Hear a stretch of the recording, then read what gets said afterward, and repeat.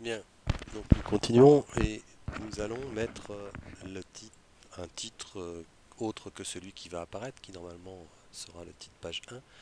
Et là, je vais mettre voici une image et deux points. Et donc, comme on peut l'imaginer, il n'y a pas de barre d'outils, donc c'est que les outils sont cachés quelque part. Eh bien, les outils sont cachés simplement sur le clic droit et ils sont adaptés à la fonction de la page que vous êtes en train de faire. Donc ici, une page de cours, on ne proposera pas d'outils d'exercice, a priori. On proposera des outils de type mettre en gras, italique, souligner, mettre des puces, etc. À gauche, à droite, centré, typique Word, format de la police, couleur, lien, taille du texte, insérer une image, insérer des médias, c'est-à-dire du son ou une vidéo. Ici, c'est rendre des zones cliquables.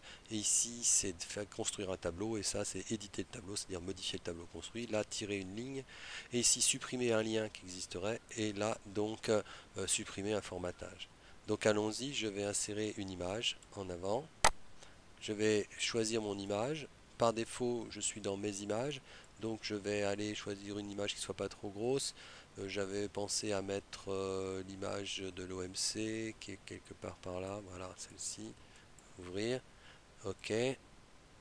Donc là, je peux réduire la taille en mettant largeur hauteur. Mais si je mets rien, elle s'affichera dans sa taille normale. Là voilà, donc elle n'est pas très grosse. Qu'est-ce qui se passe ici? J'aurais dû aller faire un retour à la ligne, sinon l'image se met juste derrière les deux points. Donc je fais une entrée, et voilà, là voilà. Hein, très bien. Donc maintenant, imaginons qu'ici je veuille faire un lien sur le mot image. C'est pareil, je clique sur le mot image, et je choisis l'outil lien.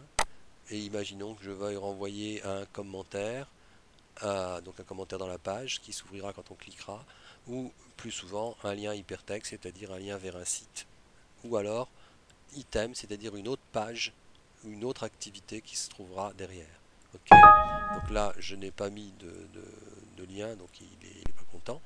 Voilà pour insérer une image. Alors, je répète, invisible, cette page serait invisible, mais elle pourrait quand même être appelée par un lien justement qui appellerait les pages invisibles seulement au moment où on veut qu'elles soient visibles.